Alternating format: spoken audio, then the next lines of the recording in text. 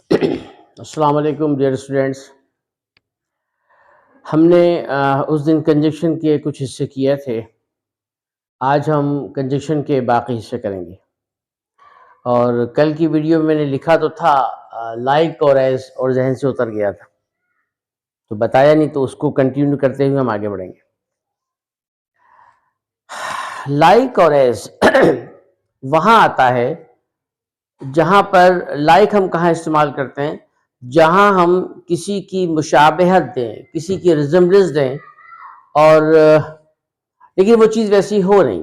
फर्ज कीजिए मैं आपसे कहता हूँ कि he works there like a doctor, he works there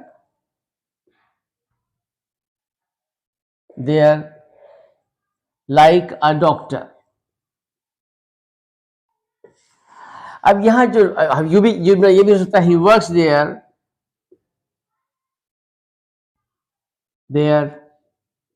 as a doctor. अब दोनों जुमले बजाय एक्स हैं।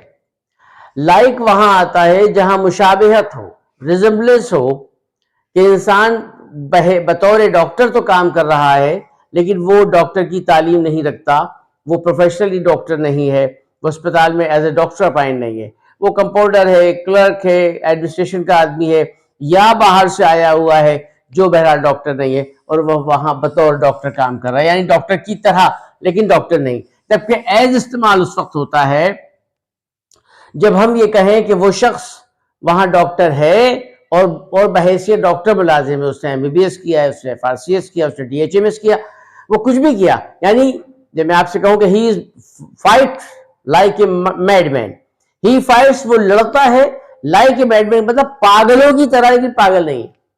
बात समझ आइए ना। लाइक और एस का फर्क भाई ये है कि लाइक वहां इस्तेमाल करते हैं जहां पर के हम कोई तशबीह दें, मिसाल दें, ठीक है, लेकिन हम वहां पर ऐसा कंपैरिजन नहीं करते, तो वहां पर लाइक आएगा। और जहां वो शख्स उस कैपेसिटी में मौजूद हो, वो उस स्टेटस पर मौजूद हो, तो हम वहां पर एज इस्तेमाल करते हैं। एक हमारे पास उसूल ये आया। और एज का इस्तेमाल थोड़ा सा हम देखें तो ये जो है ये बहुत ही थोड़ा वसी इसका इस्तेमाल है। एज का इस्तेमाल देखें, एज का मतलब होता है ड्यूरिंग वाइल, यानी इस एज के मानी कहीं पर बतौर भी तो आता है, लेकिन एज के कहीं कहीं मानी होते हैं कि इस दौरान में, ड्यूरिंग के मानों में आता है या वाइल, इसी दौरान। मसलन मैं आपसे कहता हूं एज ही स्टूड देयर, वो वहां खड़ा था, ही सॉ 3 robbers। यहां एज ही स्टूड, जबकि वो वहां खड़ा था, वाइल मानी जबकि, या जिस दौरान में वो वहां खड़ा था, जिस दौरानिए में, जिस वक्त वो वहां खड़ा था, उसने वहां पर 3 डाकुओं को देखा। तो एज ही यहां एज के मानी मुकाबले में नहीं आ रहा, वो वाली कैफियत जो हमें भी पड़ी है, बल्कि एज के मानी आ रहा है ड्यूरिंग के या वाइल के। सही साहब। एज का एक और इस्तेमाल हमारे पास होता है। अच्छा, एज इस्तेमाल कब होता है? जब किसी जुमले में कोई पैरेलल एक्शन मौजूद हो। पैरेलल एक्शन का मतलब क्या हुआ? As sun rises the daylight comes, the daylight comes। जैसे ही सूरज निकलता है, अब देखिए सूरज निकलने के साथ ही रोशनी आ रही है, सूरज यानी दोनों काम पहले नहीं हो रहे हैं ना। इधर से यह तो नहीं कि सूरज कंप्लीट आ गया उसके बाद रोशनी आई ना, जैसे जैसे सूरज बढ़ता है वैसे वैसे दिन की शिद्दत आती जाती है, दिन की रोशनी वाजी होती है। तो जैसे जैसे एक काम हो रहा है वैसे वैसे दूसरा काम निकल रहा है। इस सूरत में भी हम एज लगाते हैं। तो एज इस्तेमाल वहां भी होता है जहां पर के कोई पैरेलल एक्शन काम करे, यानी 2 काम बैक वक्त हो रहे हो, एक हो और उसके नतीजे में फौरन ही दूसरा काम शुरू हो जाए, तो भी हम वहां पर एज इस्तेमाल करते हैं। एज का इस्तेमाल एक और है, और वो एज का इस्तेमाल ऐसा है कि जब एक एक्शन हुआ और उसके बाद कोई दूसरा एक्शन भी हुआ। जैसे मैं आपसे कहूं कि as I push the button, as I pushed the button, the machine stops. The machine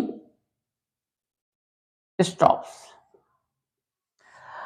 जैसे ही मैंने यहां, अब देखिए यहां पर रूल ये था कि जैसे जैसे काम हुआ फौरन ही दूसरा काम हो गया। यहां यह है कि जैसे ही एक बटन को दबाया गया उसके नतीजे में फौरन मशीन रुकने का अमल हुआ। तो ऐसी सूरत में भी हम एज इस्तेमाल करते हैं।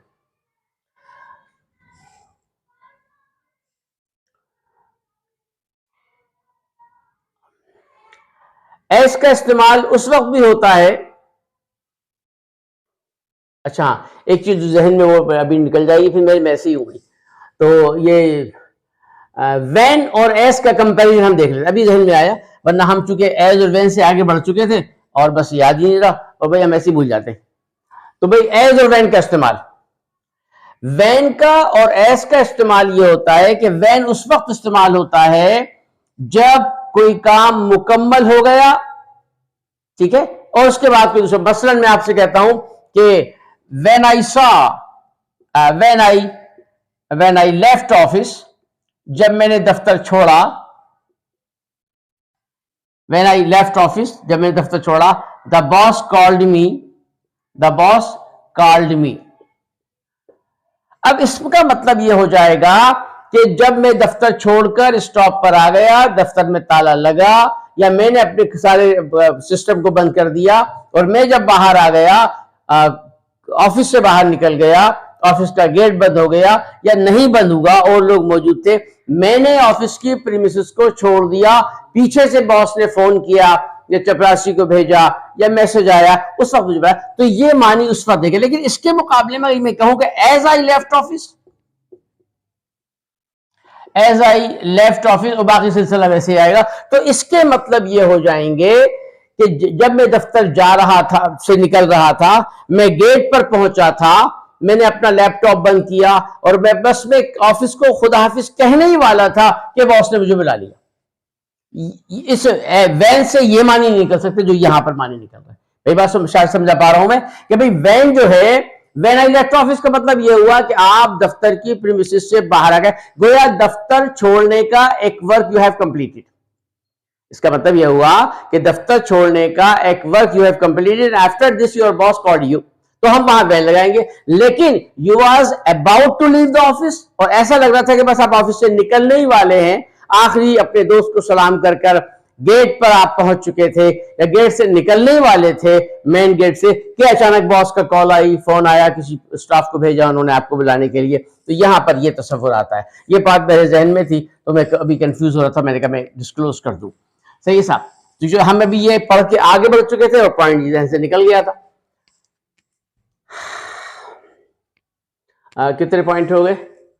ये हो गया और ये भी हो गया भाई। अच्छा एक बात और बता दूं आपको, ये जो एज है ये हमेशा इस्तेमाल होता है ऐसे वर्ब्स के साथ जिसमें एक्शन के करने का जिक्र मौजूद हो या किसी काम के, शख्सियत के, काम के, अमल के होने का जिक्र मौजूद हो। लेकिन ऐसा वर्ब जो किसी वजूद की अलामत हो, बीइंग वर्ब जिसे आप कह लीजिए, जो किसी के वजूद की अलामत हो, उसके साथ एज इस्तेमाल नहीं होता। सही है साहब, यानी कोई डूइंग हो, कोई एक्शन वर्क हो, उसके साथ तो इस्तेमाल होगा, और वो पैसिव में हो या एक्टिव में हो, लेकिन इस सूरत में इस्तेमाल नहीं होगा। और एज नाउन के साथ हम इस्तेमाल करते हैं। अगर एस के साथ तो एस के साथ जब नाउन आता है तो इसके मानी व्हेन, और मैंने बीसी लिखा है, असल में ये बिकॉज है, तो व्हेन और बिकॉज एज नाउन, यानी एस के साथ नाउन आएगा तो उसके मानी, एस के मानी होंगे जबकि या क्योंकि। जैसे मैं आपको मिसाल दूं, as a married man, he do not involve in any illegal activity.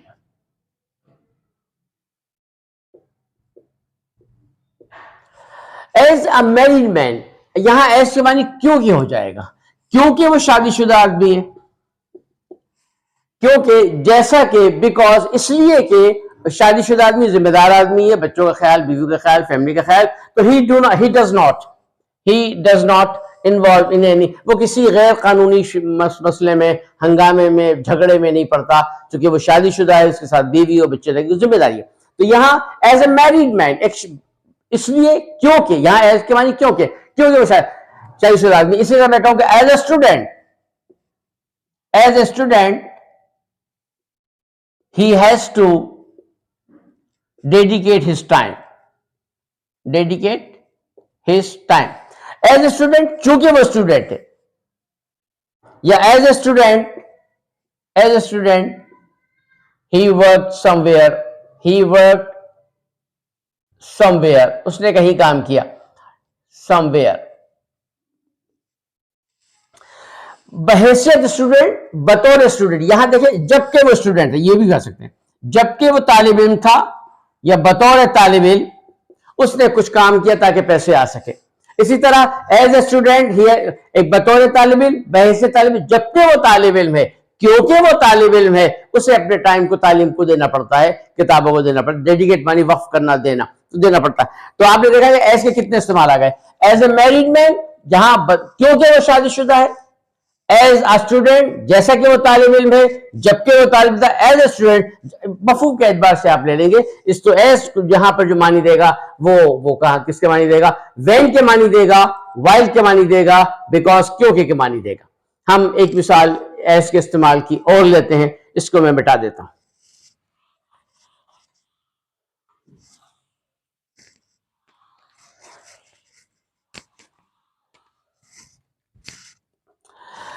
S के साथ अगर नाउन आएगा तो यहां इसके मानी होते हैं जैसा के, जबकि, क्योंकि, जैसा के, जबकि, क्योंकि। As a senior citizen,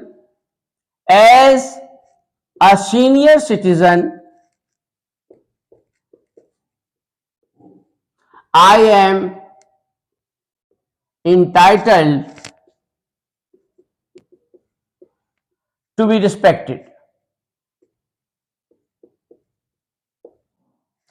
as a senior, यहां पर आए क्योंकि मैं सिंस यानी जबकि, सिंस से मुराद होगा जबकि मैं सीनियर सिटीजन हूं, या बतौर सीनियर सिटीजन, या बहैसियत सीनियर सिटीजन, या क्योंकि मैं सीनियर सिटीजन, इस सेंस में हम इसके मानी लेंगे। और ये बात में इतने मानी आप इसलिए दिए कि आप मफहूम को समझ जाएं। असल में उर्दू का अपना अंदाज होता है, इंग्लिश का अपना अंदाज होता है, तो हम इस बात को किसी भी तरह से बयान कर सकते हैं कि एज अ सीनियर सिटीजन, बतौर सीनियर सिटीजन, बतौर एक बुजुर्ग शहरी के, आई एम इंटाइटल्ड, मैं हकदार हूं कि मुझे इज्जत की जाए, या जबकि मैं सीनियर सिटीजन हूं, बतौर सीनियर सिटीजन, बहैसियत सीनियर सिटीजन, क्योंकि मैं सीनियर सिटीजन हूं तो मैं इज्जत दिया। तो ये इसका इस्तेमाल हमने इस तरह से आज देखा।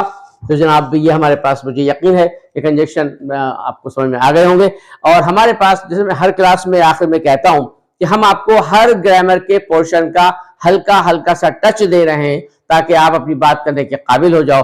और अनकरीब इंशाअल्लाह 1 माह के बाद मैं आपको और वाज़ेह कर दूं कि 1 माह के बाद जो है वो हम इसकी डिटेल में दोबारा से जाएंगे, और फिर आपको अंदाजा होगा कि ग्रामर को साथ इंग्लिश बोलने में कितना मजा आता है, कितनी खूबसूरती होती है। तो इंग्लिश एक इंतहाई खूबसूरत ज़बान है जो बड़े वसी अपने अंदर मानी रखती है, अगरचे यकीनन अरबी की तरह तो नहीं है, लेकिन बहरहाल अंग्रेजी का अपना खूबसूरती है, मकाम है। एक मैं ऐलान और करना चाहूँगा कि, और उसको मैं फाइनली डेट बता दूंगा आपको, लेकिन अनकरीब मैं आपके साथ बिल्कुल आपसे गोया मैं लाइव भी बात करूंगा अपने स्टूडेंट से, और लाइव में प्रोग्राम करूंगा, उसमें आपको डेट और टाइम और वक्त बता दूंगा, वो इंशाल्लाह हुआ करेगा। और तो जनाब ये हमारे पास आज कंजक्शन था। मेरी गुजारिश है कि आप इसको सब्सक्राइब कीजिए और मेरी वीडियोस से जुड़े रहिए, वीडियो से तसलसल में रहिए। ग्रामर की जितनी क्लासेस हो चुकी हैं आप उसको टच में रहें, इंशाल्लाह आपको फ़ायदा होगा। और अपना ख्याल रखिएगा और बहुत शुक्रिया, जज़ाकल्लाह। अस्सलाम वालेकुम वरहमतुल्लाह।